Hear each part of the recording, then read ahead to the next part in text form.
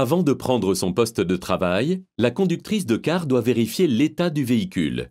Pneumatique, les niveaux des liquides, tels que celui d'huile du moteur.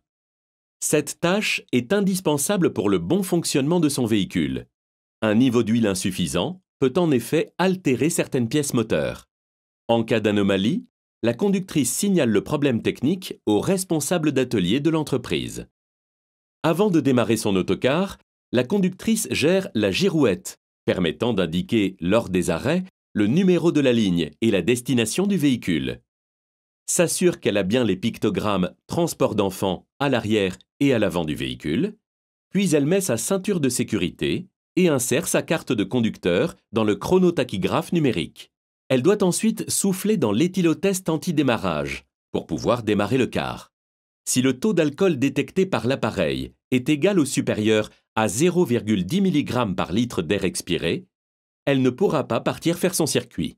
Les conducteurs de car sont effectivement soumis en matière d'alcoolémie à des normes plus strictes que les autres conducteurs, car ils transportent des personnes et des enfants.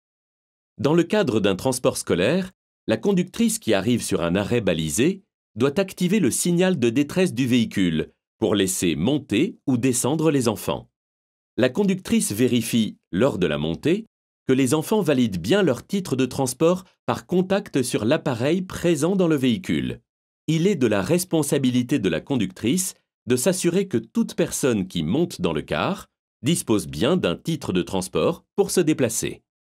Lors de l'arrivée de l'autocar sur un point d'arrêt, la conductrice doit toujours être vigilante en matière de sécurité. Les arrêts peuvent être très contraints en termes de place.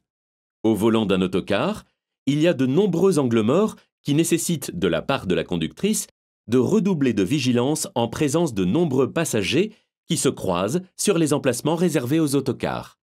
Avant de repartir, la conductrice devra également s'assurer que les soutes à bagages sont bien refermées.